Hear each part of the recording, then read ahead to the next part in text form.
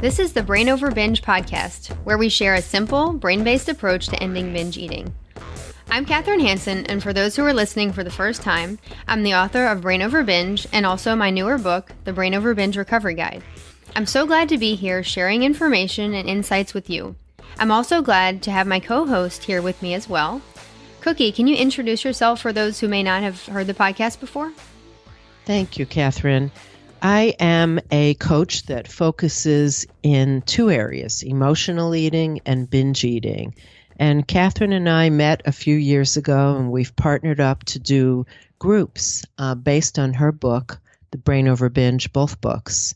And I also have a book called Clearing Your Path to Permanent Weight Loss that helps you figure out why you haven't been successful so far, so that you can kind of clear the decks and get rid of those reasons and be successful in managing your weight. So we've kind of put a lot of the subjects together in our work, but we do focus here mostly on binge eating.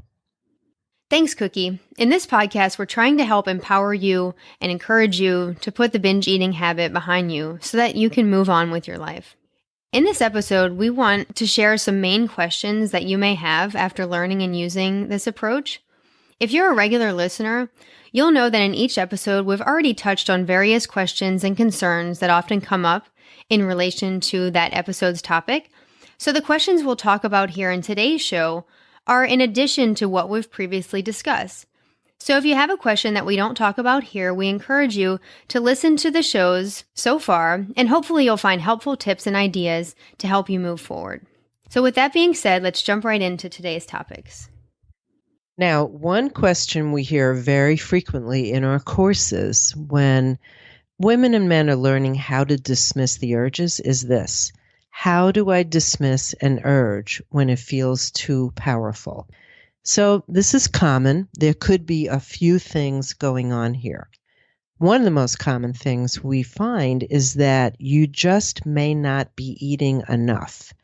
If you are not giving your body enough food, your primal brain, your lower brain, tends to rise up and get stronger because it believes that you possibly might be starving, and it's going to make those urges stronger because the urges are rooted in primal hunger.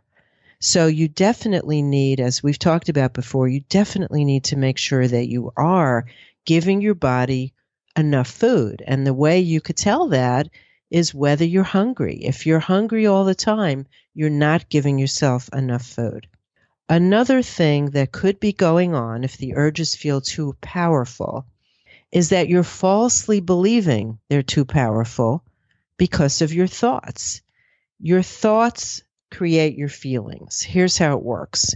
Something happens. You have an urge. And when something happens, you usually have a thought about it. If your thought is something like, oh my goodness, I can't handle this. This is too strong. I'll never be able to resist. Your thoughts are what create your feelings, your emotions. And if you think something like that when you get an urge, the feeling you're going to create is defeated or hopeless. So it's within your control to think about, is this really too powerful, or is it the way that I'm thinking about it? Sometimes the reason that you may feel that the urge is too powerful is that you just might need more time and space to dismiss the urges. A lot of people jump right into acting on the urges without giving themselves even a chance to dismiss them. So you might need to alter your environment or use some kind of delay strategy. And one of the worksheets that Kathryn and I use is called the 5 Ds of Busting a Binge. And what they are different ways, not so that you can pretend the urge is not there, but mainly so that you can buy yourself some time to see what's happening and then make a conscious choice not to give in. So it's not a fight. A lot of people think I have to be tough, I have to have willpower. It's not a fight. It's more that you're seeing them as just habits, and they're not powerful, and they're more of a suggestion than a command. You don't have to do anything. So those 5 Ds, just in brief summary, are delay, where you might literally set a timer for 5 or 11 or 15 minutes. An odd number is usually good because if we say 10 minutes, most people don't actually set the timer. They just think to themselves, okay, I'll wait, but they don't. So set a little timer and delay responding to that urge. That will give you time to remember what you're trying to do and that the urge is not powerful. The urge is just a lower brain habit. Another one of the 5 Ds is distance, that you literally leave the place where you are thinking about indulging that urge to binge. So again, you're not running away from it, you're not panicking, but you are simply getting more space and time in between you and the urge so that you could let your rational brain come up and be front and center and take control again. Another D is to download, meaning get what's going on in your head out of your head so you could see objectively what's happening. And that might mean for you writing and just pulling out a piece of paper or a journal and writing what's going on. Another D is distract. So we have delay, distance, download. Distract might be you're feeling the urge and go do something else that will just take your mind away from it and let it pass. You're not running away from it. You're just taking your brain and you are pointing it in another direction. And the last D is decide, that if you decide to give in to the urge, make it a more conscious choice. And you might say something to yourself, even though this may sound silly, I see that I'm having an urge. I understand that it has no power, and I understand that it's just an old brain habit, and it's meaningless, but I am choosing to follow it. And we think that if you actually say something like that to yourself, it will help you wake up and see that it's still always a choice. Those are great tips. And now we want to discuss another issue that often comes up, especially in the beginning of recovery. And this is the issue of fear. As much as you may want to recover, there's often some anxiety and fear about it as well. This fear can be about what your life may be like after you stop binging. It can be fear of weight gain or even fear of weight loss. It can be fear of living as your authentic self without the binge eating to blame for your shortcomings. But we want you to know that fear is normal and it's expected. And it's something that everyone who recovers experiences at some point. But also fear doesn't have to hold you back. Fear actually comes from our more primitive lower brain, which, as we've talked about, is the part of the brain responsible for maintaining our binge eating habit. Right now, your lower brain is conditioned to react as if binging is necessary for you to survive. And it also senses that not binging is dangerous. So, in a misguided attempt to protect you, it produces a fear response when you try to quit, when you try to take binge eating away. These fears can come in many forms, but the underlying message from the lower brain is that binge eating is the safe option and not binge eating is dangerous. To recover, you have to see that this is not true, that this is the neurological junk that we want you to dismiss. Fearful thoughts and feelings serve to encourage binge eating. And remember, to stop binge eating, you need to learn to dismiss any thought, feeling, or physical sensation that encourages binge eating, including these fearful thoughts. If you think about your life and what you want it to be, you know that rationally, continuing to binge is the thing to fear, and recovery is what's ultimately safe. When you see fearful thoughts as neurological junk, they're going to disappear along with the urges to binge because it's all part of the habit. Now, even if you've been using these strategies and you're able to dismiss the urges to binge and you've been successful, now you might have some concerns about how you're eating, about your eating habits. We've mentioned that stopping binge eating doesn't guarantee that now you're going to become a perfect eater. None of us are perfect eaters, and that's totally normal and fine. But one eating issue that can possibly derail you is overeating. And the reason it trips a lot of people up is because in many ways, it's similar to a binge because it reminds your brain of eating larger quantities of food than you need. So you may wonder what to do about it. We believe that in general, you should stop binge eating first before working on other eating habits that are not ideal, including overeating. If you can distinguish binge eating from overeating easily, by the quality of what it feels like, maybe by the intensity of the urge, and the overeating doesn't feel very problematic for you, then what we recommend is that you put the overeating issue aside until well after your binge eating stops.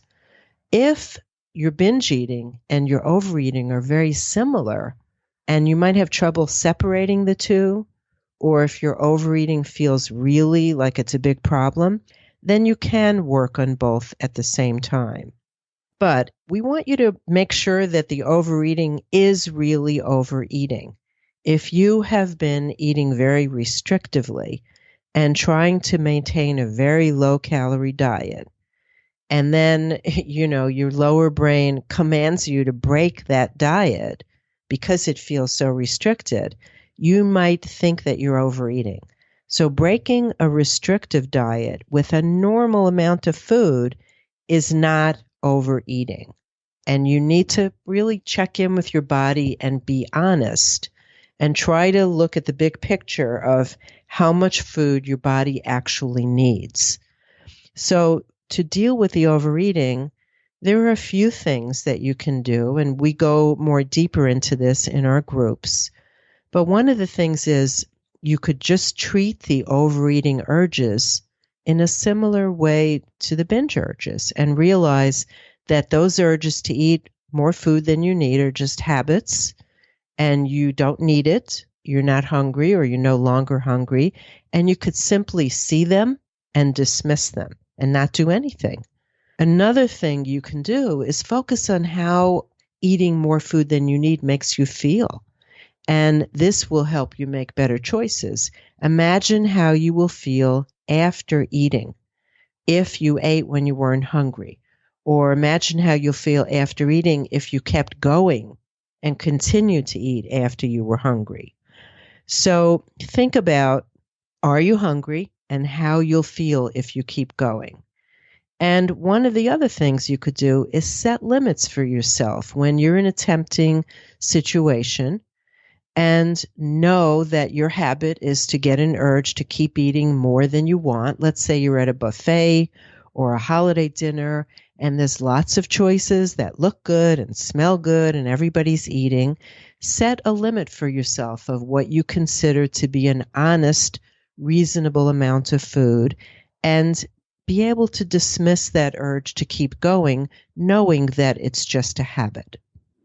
That's right. And setting a limit for yourself is just a gentle boundary. It's not depriving yourself. It's just giving yourself a non-restrictive amount of food that's going to feel good to you. And now I'm going to talk briefly about binge eating at night, which is an issue that often comes up. Night is often a time that binge eaters struggle the most. And there's actually some evidence that everyone, binge eaters and non-binge eaters alike, are wired to be more interested in food at night, more interested than in the day. But for binge eaters, this natural desire gets very amplified. Even though being more interested in food at night is very common, when talking specifically about binge eating at night, I believe the main factor is habit. Night is simply the time that most binge eaters have conditioned their brains to call for the binges. It's a time that there's usually opportunity to binge, whereas in the day you may be around other people or doing things that make binge eating not as likely. Also, if your binge eating started with a strict diet, you might have been able to maintain that diet during the day, but then your hunger got strong and you used to give in at night, and then that became the habit. In addition, there's also some evidence that self-control is a little bit weaker at night.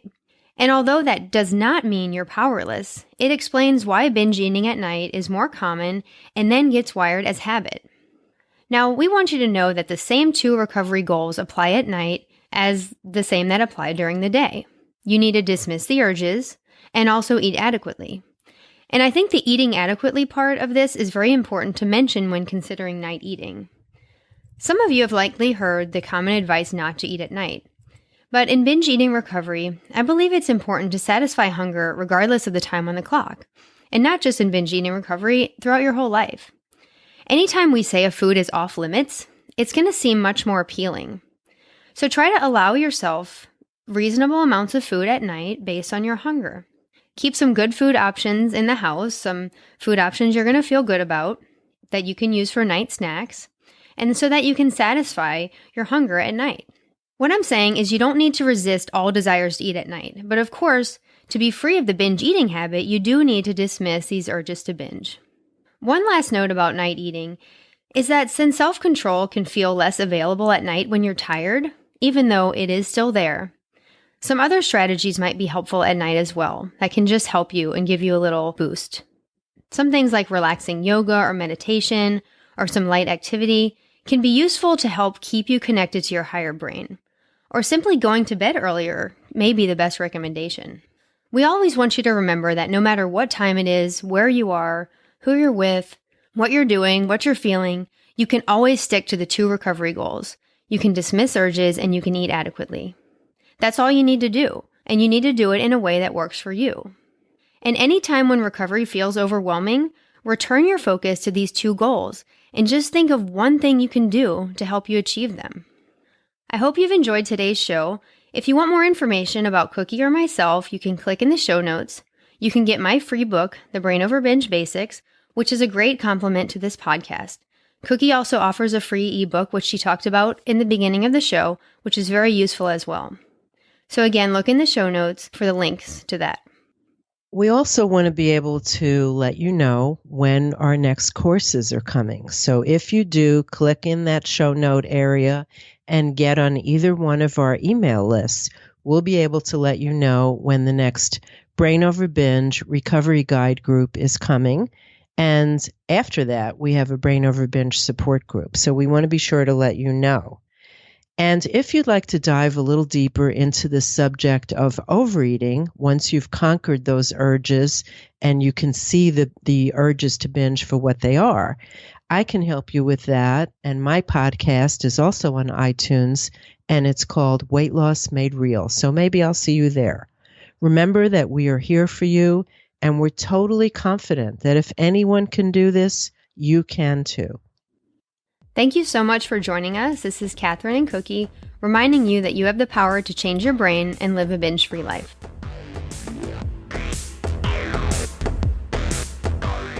The Brain Over Binge podcast is produced and recorded by Brain Over Binge Recovery Coaching, LLC.